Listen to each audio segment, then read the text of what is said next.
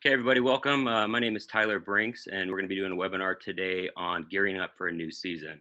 We're going to kind of go over what I do to prepare for each season, how I get ready to really make myself successful during the season, things that I do to update my electronics, all my tackle, everything else that, really helps me with have a good season. So we're going to go over that. If you have any questions, feel free to ask those. We'll try to weave them in as we go. If not, I'll get to them at the end. The other thing is this will be recorded. So if you want to check it out later, it will be on the Navionics website. They're also going to put it up on YouTube. I'll be posting some links to it as well. So there will be an opportunity to go back if you missed something or if you want to hear something again. And just to give you a little bit about myself, my name is Tyler Brinks. Like I said, I work with a lot of different companies through my own company, We Fish Media. I do a lot of marketing for companies, a lot of promotions. I'm also a writer. I write for several different magazines, websites, things like that, as well as my own website, Brinks Fishing. And most importantly, I'm an angler. I fish. That's why I do all this, is to be involved with fishing and be, see the latest and greatest, just like all you guys that want to catch fish and learn more about it. I'm just like you. So, and that's what I do. So if you have any questions, I'll give you my contact information at the end, and we'll be able to go ahead and, follow up with any questions. Okay, we're going to go ahead and get started here. Okay. And I'm going to share your screen. We got a little PowerPoint for you. It won't be too boring, I promise. It's going to be mostly pictures and, talking about different things and how, like I said, how I gear up for a new season. Okay. Is everybody ready for a new season? All right, me too. I mean, I live in Spokane, Washington, and it's been kind of a warm spring lately, so it's really getting me antsy to get out there and start fishing. So I'm ready to do all this stuff. A lot of these things that you're going to see in here are things that I am currently doing right now, and things that I'm going to be doing right before I start my season, which, bass fishing is going to be in full swing in another month. Okay, so like I said, the agenda, we'll go ahead and go with, my tackle, what I do for that. This guy. Okay, rods, reels, and line, boat and motor, things that I do for that, map study, and then also everything that I do to update my electronic software in my Navionics cards, because those are very important things that I need to be able to do to have the latest, best detail. Okay. Okay. All right. So like I said, with tackle, this is kind of what I start with is making an inventory of my tackle. That's a big thing of things that I'm going to need for the year, things that I really need to be able to, have. There's certain products that I use all the time, so I make sure I have enough to get me through. I also make a lot of jigs and weights. And there's a cost analyzation there to see if it's worth your time to do it or not. And I'll talk about that in a second. And I buy a lot of my stuff from eBay. That's a great way to be able to save some money. I also replace all my bad hooks, check for rust, things like that. And then I also get all my jigs ready for the season. That's another big thing that I do to make sure I can save some time while I'm on the water. And like I said, all these things that I'm doing is just designed to help me save money, stay organized, and really catch more fish. So this is kind of what my tackle process looks like this time of year when I'm gearing up for a new season. As you see, I have a lot of the same baits. I watch for sales. There's a lot of good sales this time of year. So I stock up on those things and then stock up my tackle boxes afterwards. So, I also talked about making your own tackle, and this is a thing that I started doing, to be during the winter, is one way to save some money, but it's also pretty fun too. And, the things that I use a lot, it really makes sense. If you're going to use a lot of drop shot weights, after a season, you're definitely going to be able to pay for all of your equipment. I highly recommend it if you're able to, but like I said, you have to analyze that cost. Like for example, a mold is going to be about $50, to get the melting pot's going to be about $70, to get the precision one like you have in the screen over here. You could do it for cheaper. Then you also have to have the lead. So if it's something that you're going to use a lot, like I said, drop shot weights, it saves me tons of money because you can pour hundreds at a time, and you're not buying a 5-pack for $3. So it really does save money. Plus, you can just crank out a whole bunch of them, when you're not fishing. So this is a little example of my last pouring session. You can see I poured a lot of these are the Do It teardrop drop shot weights, and then the cylinders as well. So I highly recommend it if you can do it. Again, just figure out if it's something that is going to be worth your time and your money. If you're not going to use the product very much, it might not make sense to use that mold or to buy that mold. It might be cheaper to just buy the products off the shelf. One more thing on that, if you're going to make your own tackle, I would recommend getting the high quality lead. That's something I've learned the hard way. There's a lot of lead that you can buy out there that's not as pure. And what happens with that is you're going to have issues. There's going to be a lot of impurities. There's going to be a lot of issues down the line. So definitely get some of that good pure lead. It pours so much better. All right, so moving on. Another thing I do, like I mentioned, is I check out all my treble hooks. And this is pretty boring, I'm not going to lie, because you have to go through all your hooks. There's a lot of them. Every bait has 2 or 3 of them on it that I look at. But I believe it does help me throughout the year. I have that peace of mind that I'm not going to be losing fish because of something that I could have prevented. The ones that come on there are usually good, so I don't say you have to swap out the stock ones like a lot of the pros say. They're sharp now. They come out with they come right with good products, so there's not like a huge need to replace them right off the bat. But I definitely recommend replacing them, especially those baits that you use quite a bit. It's an easy process to do, and you'll definitely catch more fish just by doing that. Like I said, it's boring, but it's something you got to do. This is a last round of the hooks that I got, and I definitely recommend these pliers. I've had the chance to use them. These are from Paula. These are the split ring pliers, and they make it so much easier to replace those treble hooks. You can do it very, very fast. So definitely recommend those, or at least something similar to those. It will help you down the line. One more thing, with the jigs, I fish a lot of jigs, so I buy a lot of the same jigs. And what I do with those is I prep them when I get them before I put them in my tackle box. And the 2 things that I do is I trim the weed guard, at this angle, as you can see here. I feel like you get a better hook set with that than having the full weed guard. Also pull out a couple of those strands on there as well. And then also trim the skirt of the jig as well. And that's just how I prefer to fish them. But as soon as I buy them, I do that. So I'm not doing that out on the water, getting this stuff all over my boat or in the water or anything else. So I do that a lot this time of year, just getting myself ready. And like I said, it just helps me, feel better about my tackle. So that's something that I do all the time, and just find what works for you and go with it. All right, so moving on. This is some more stuff that I do, and it's just to help make sure I don't have any issues down the line. This is my rain gear. I inspect it. Make sure everything looks good. There's no damage to it. There's also this re-waterproofing spray you can get. If your rain gear is a little bit older, I have used that, and it's great. A lot of different brands make it, but I definitely recommend making sure your rain gear is ready to go for the season. So that's a little tip a lot of people overlook. I never used to even pay attention to that, but it does make a difference. So definitely try that out.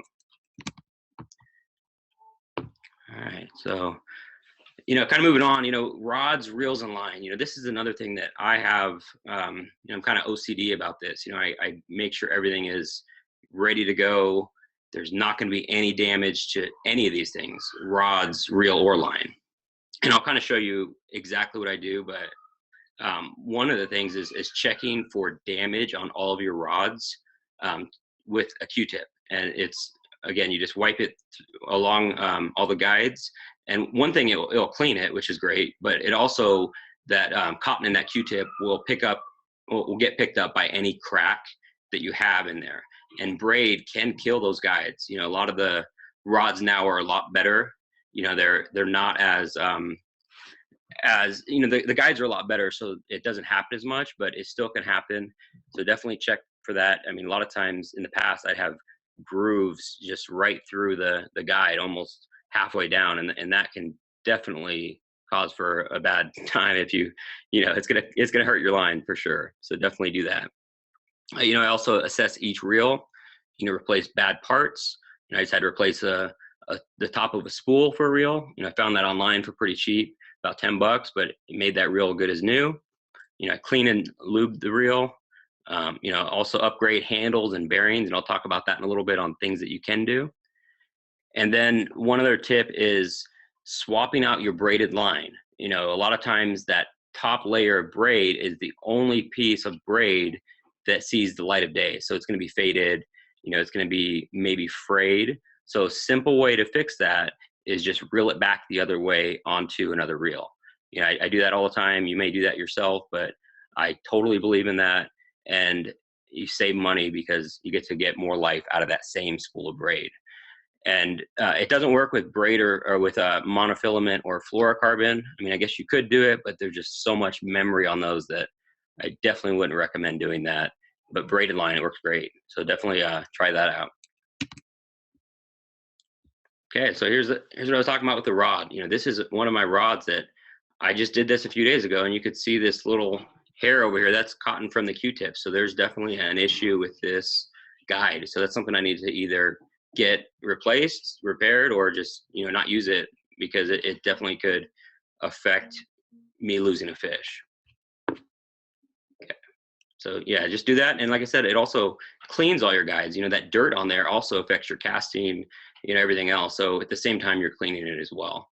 Again, some of these things are kind of tedious, but it is definitely going to help you be ready for that new season and not lose fish because of something that you could have easily stopped. So definitely spend the time to do that if you can. All right. Okay, moving on to the reels. This is something that I also spend a lot of time doing. Some of it for performance, some of it for maintenance. This is actually just for more performance. I just replaced the handle of a Revo, and I did that just to get a carbon fiber handle. I put some different knobs. I didn't really like these. I never have, so I got the foam knobs just for comfort. It was really easy to do. Just basic tools that you already have. A wrench, a screwdriver. I mean, it's very simple. It took me about 5 minutes. So that's something you could do that I would recommend if you want to change the look of your reel, or if you want to just get a different performance out of it. Bearings. That's another thing that I have done. This is the Boca bearings, and it does make a difference for sure. You can definitely cast a lot farther with certain reels. And I would caution, if it's a really high-end rod and reel, or high-end reel, I should say, you might not have to do this, because chances are it's going to be a really good set of bearings already. But, for some of those lower bearings or lower price range reels, or some of your older reels, this is an awesome option to, basically just change the whole look and feel of that reel. It's going to really make you cast a lot better. So again, this is pretty simple too. You can do this with just, I don't know, it takes about 10 minutes. I mean, it's pretty easy once you do it. Some tweezers and a couple other things that help you along the way. But I definitely, I do like how these cast. Yeah, see, this is an example of a couple of my reels. You can see this is brand new line. This is one I used for pretty much all the last season. It's starting to lose the color. I wouldn't quite swap this backwards yet, but it's getting there. Probably a few more months, and I'll swap it back and put it onto another reel. And that will just allow me to preserve that braid and like I said, just get to that braid that's all the way down in the bottom of this spool that has never seen the water for the most part. So that's one way to kind of get some more mileage out of it. All right, so moving on to some of the marine type stuff, and this is another thing that could definitely affect how your boat's going to perform. Your trolling motor is one thing. The outboard prop. You just got to assess the damage. This is a good time of year if you haven't started the season yet. This would be a good time to check all this stuff. To be able to make sure that you're going to be good to go. Okay, like for instance, this is my outboard prop, and I decided to replace this one, and not because it's not able to be repaired, but I just figured the cost of getting it repaired and also the performance issue. This is pretty much all the blades were like this, so I had to do something with it. And that makes a huge difference. You could take it to your prop shop and get it fixed, or if you can, it might be better just get a new prop altogether. Now, this is one that I actually repaired from my trolling motor. And, all I did with this was just use a file, and you could do it with any number of tools. This one was awful before. It had so many chunks and things like that. I'm really bad on trolling motor props. I go through them all the time. And this one, you could see there's still some damage to it. It would be a good backup. I did save it, but it's not my preferred prop because the trolling motor prop has a huge role in how quiet your trolling motor is going to be. All the vibration, all those things are very important to make sure that you don't have. So definitely repair it or replace it. Like this is another one that I have, and it's getting there. I could fix this one, but I decided to just replace this one, going into the new season. This might be another backup. It's always good to have a backup because like I said, I go through them all the time, break off blades, and I guess I just go too shallow or something. Boat maintenance too. This is another thing that can definitely prevent you from losing time when the fishing season gets started. We've got the annual service. Obviously you should do that anyways, just to make sure you don't have any major issues that are gonna, totally, ruin your day and your season and your wallet as well. Check everything. Like I said, tighten the bolts. If you have accessories, things like power poles, that's a thing that a lot of people forget to check out, and they become loose, and it's just asking for problems. So now's a good time to do that. And it's just, like I said, it's peace of mind. You just know that you're going to be able to have working equipment. All right, so we're going to take a quick break. I'm going to see if we have any questions here, and then we're going to jump into some map study stuff. Okay.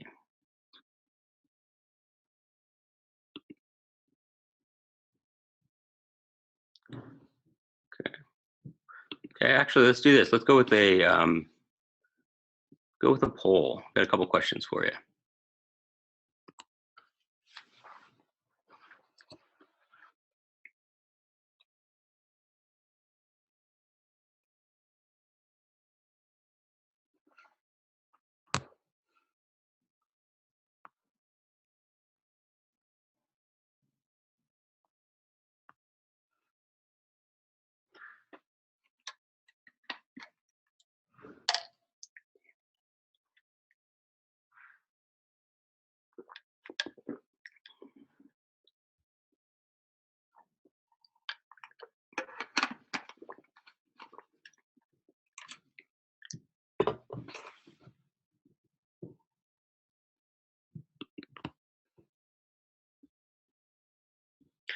All right, cool. Thank you for that.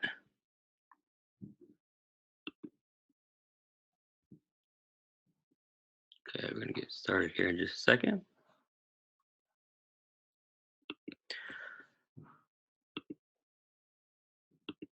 Okay, so like I said, with this is a good time of year for map study. I do this quite a bit to. Oh, got a question there. All right, so like I said, this is a good time to do some map study. Using the Navionics web app is one thing that I do all the time. The mobile app as well. Google Earth is a great tool, and then even old school maps. Looking at all of them. Those are all things that I do this time of year to get me ready for the season. And I'll show you how I do that as well, and some examples of things that I've learned along the way, some little tricks and things like that should help you out.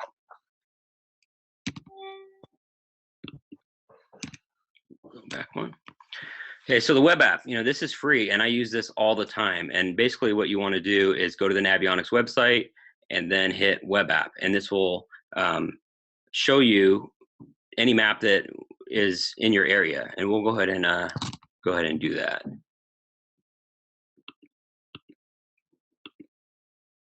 Okay, so I'm going to jump over to the web app.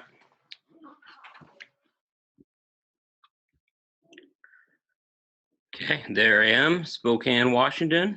So we're gonna go ahead and zoom in a little bit. This is a lake I look at a lot because I usually start the season on this lake here. So I'm going to show you a couple things on here that you can do that will help you studying for a upcoming trip that you might have, a tournament, or anything else that you have planned. So we have the lake outline, and this is just the standard mapping. You have to use this button over here to get all the good detail. You want to be able to have the sonar charts button enabled. So right here, and then hit sonar charts. And as you can see, it's a totally different lake. So this is way better mapping. So definitely do that first. And like I said, I do a lot of map study this time of year. I know this lake pretty well, but the data is always changing, so I check it out quite a bit to see if anything else new has popped up from the mapping that I've done, or the mapping that people that I know have done, or just any other, or anyone else out there doing sonar charting. It does change quite a bit. This is basically what it looked like before I started mapping it, because I map it every time I go out there. A lot of people I know are doing it as well too. I'm not going to try to take all the credit for it, but this is basically what it looked like just a few years ago. As you can see now, it's much better, just because it's a small lake that it's kind of not it's just not as popular, but it does have the ability to be mapped, and it's coming along really well. So like I said, that's what I do with the web app.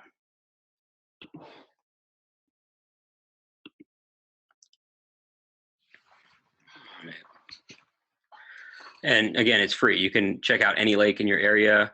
And one thing I didn't show you, but if you pull this, if you're back on the web app, if you drag that out, it'll show you the different Navionics cards, and you could see what detail you'll get for each card. So that's a cool thing to do. Kind of see what you're going to get for the lakes that you fish and the lakes that are important to you. So like I said, that's another thing I use for map study this time of year before I hit the water for a new season. And, that's using the mobile app from Navionics, and I've done a few things on this to make it more, custom to what I like to see. I've added the satellite overlay, and this is important for me, to be able to make reference to certain things. You might see like a big red barn, or a greenhouse or something like that, and you might not remember exactly where it is, but with that satellite overlay, it makes it much more easy to have that reference point. And it's really easy to do this within the app to add that satellite overlay. Again, that's just a personal preference. I've also changed some of the depth ranges a little bit to make it appear different. And again, that's just preference, but there's a lot of ways that you could customize it, and whatever works for you that you're able to see better and visualize better, definitely go with that. But those are two things that I've done that may look different than what you're looking at it with just the standard options. Okay, here's another tool I use quite a bit this time of year, and that's Google Earth. And the reason I like this is because there is the ability to see all the different times that they've maybe drawn down a lake, or before the lake was formed. Sometimes even you have that map available, so you might be able to find something else and then use it with your other tools to find new fishing spots. So it's an easy way to do it is just download the app, or have it on your desktop. There's a few ways you can do it. Bing Maps is another one. It's very similar to this that I use as well. Sometimes it will have a little bit different picture, so that's a good tool as well to be able to have two different pictures, maybe from different days. One might be clear, one might be it might have been overcast one day, or something might have changed, or really windy and you can't see it. So I definitely like that as well. Okay, software updates. This is something else I do every time there's a new one. I run Lowrance, and every time there's a new one, I either get an email or I check out the website and see that there is a new update.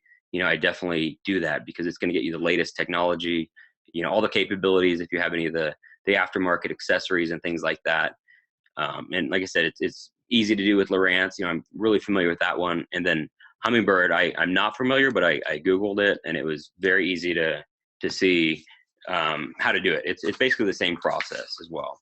You're just going to need to have a SD card, and that's really about it. I mean, this is what the screen looks like on the the Lowrance software updates, and that you can see they just came out with there's different dates that they come out throughout the year, and all their different technology and accessories do have software updates that's going to help that perform better. It's going to run a lot better. So that's definitely check that out if you have a Lowrance. Just go there. You're going to, from there, it's going to guide you through how to do it, and there's even a video that shows you how to do it. You can check out YouTube. I mean, it's pretty easy. You just basically download the file, add it to an SD card, plug the SD card into your unit, power it off, power it back on, and it should just start right up. And that it usually does. I haven't had any issues. I have heard of people, if they do something wrong, or if they have different files on there, it could be an issue. But just watch that video. Check it out. It's easy to do. Like I said, Humminbird, it's the same thing. It's you actually have an account. You go ahead and log on to that, and just guide through all the steps. Okay. All right. So now we're going to talk about the Navionics update, and why. Obviously to get the latest information. The freshest data.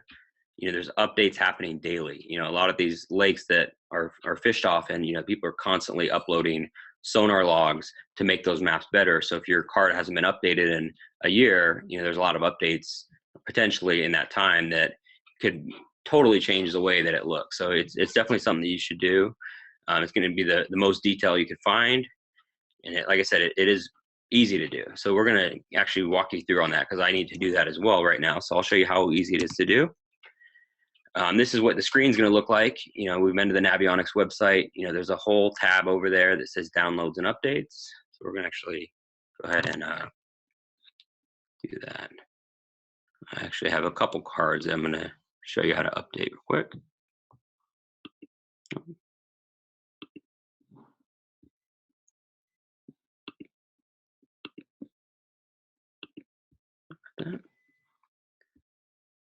Okay. So when you go to the website, you're going to see the downloads and updates. When you click that, it's going to bring you to this screen. And if you have the software already installed, you can just hit that. If it's like it says, obviously, first time here, download the chart installer, and that's what you're going to need to be able to update your Navionics card. You're also going to have have your own account, which will show the different sonar logs that you've uploaded if you're doing that to improve your lake, and also what products you have as well. So I plugged in a card here. Okay. And that's going to bring me to this screen, and I'm going to say it may take a few moments. Okay. So this is a Hot Maps Platinum card, and I actually have a different unit now, so I will change that now. It should read what you have. I have a Lowrance HDS Gen 2, and this will just make sure that it's it's a Gen 2 touch. Okay.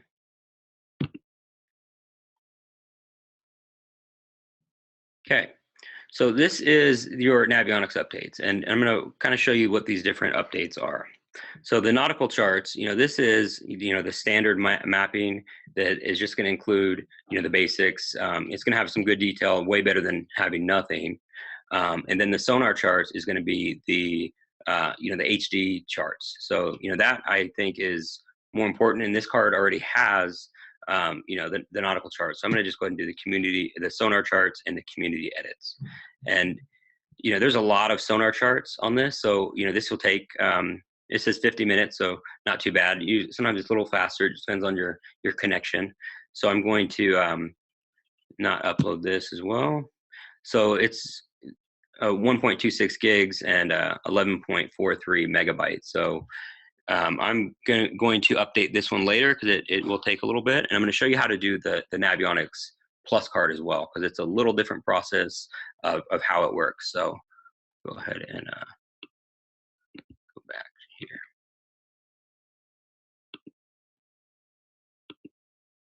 Okay, I'm going to go ahead and plug in a different card, show you how easy it is to do.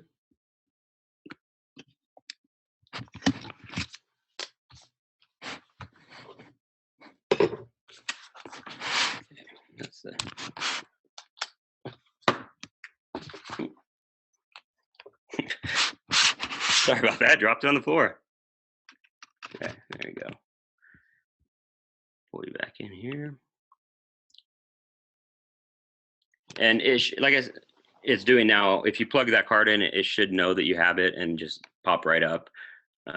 That's what it does. So the Navionics Plus card is a little different because this is basically set with the nautical charts for the whole country, and then you're able to select the area that's important to you, the area that you want details for, and get that extra detail. So go ahead and this is primarily where I'm going to be fishing. So I'm going to just worry about that section, a little bit down into Oregon, over into Idaho. And that's one of the cool things about the Navionics Plus card is, if you only fish, a little area, you can just pick that area. If you're never going to go to Wyoming or Montana, you don't need to have all that. You could just select what's important for you, and then it's going to be a lot faster to update it.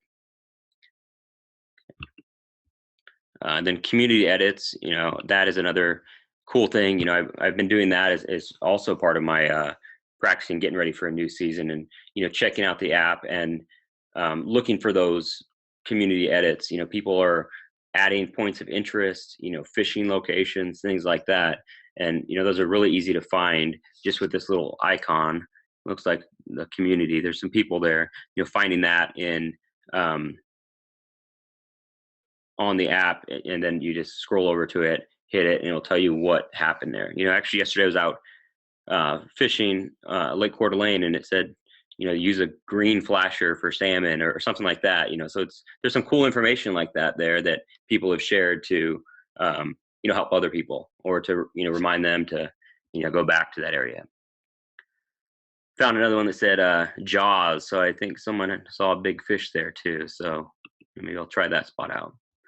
So again, I need to change my plotter on this.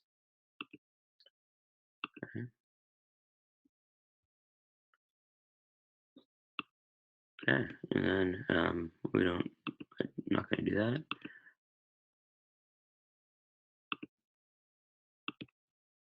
Okay. There we go. I mean, just like that. I mean, you can leave it and it'll do its thing. I mean, it definitely depends on your internet connection, but it's pretty fast way to do things.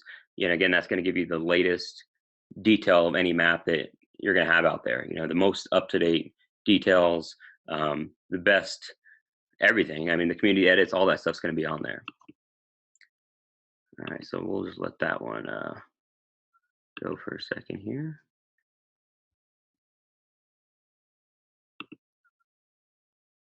Okay.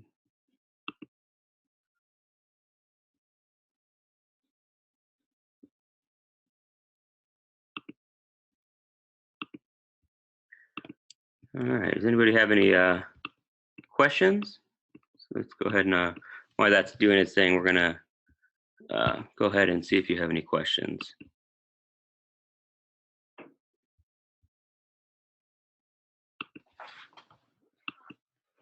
All right.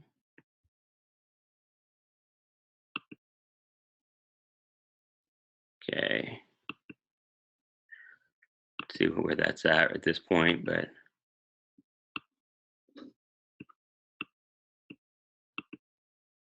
okay. All right, keep those questions coming. I'll try to group them up together.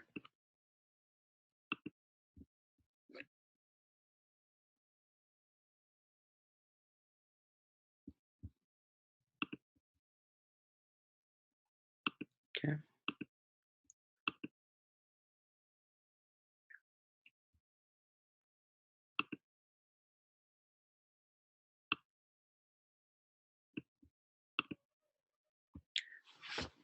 All right, so let's see what we got here for questions.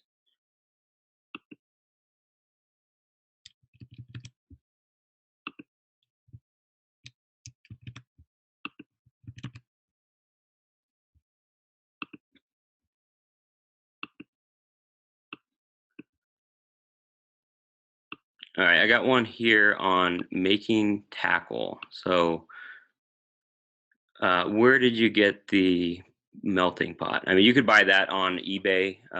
You can buy it. I think I actually got mine at Walmart, actually, believe it or not. So, it just depends on, what you're looking, which type that you're going to get.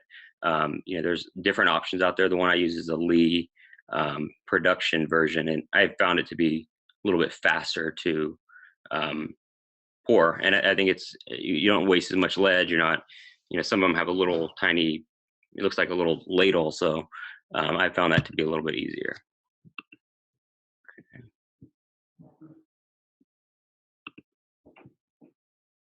Okay.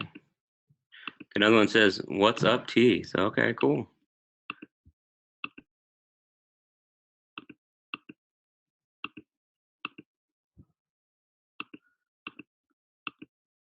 All right. So someone said, "What's the difference between the Navionics Plus and the Navionics Platinum card?" And they're both going to have the same general detail. So with the sonar charts, I should say, and that's something that you're definitely going to be able to see all this detail that you see behind here. As long as you have your card updated, you're going to be able to do that. And the major difference is between the ability with the Platinum card is to be able to have the satellite overlay on your graph, and then also to be able to have the 3D view as well. I personally don't use that very much. The cards I like the most is the Navionics Plus card, just because you're able to select those different areas and just download what's important to you. Okay. All right. So any other questions? Shoot them over now, and we'll see here.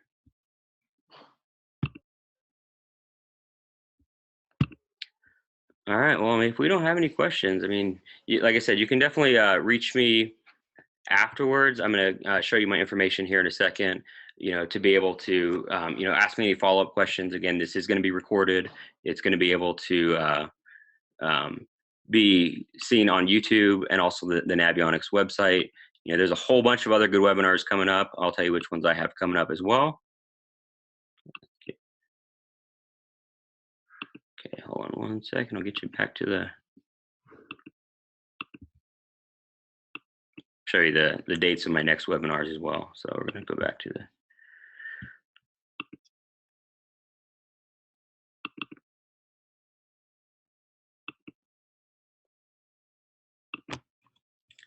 Okay, so the next webinar is coming up. We walked through this.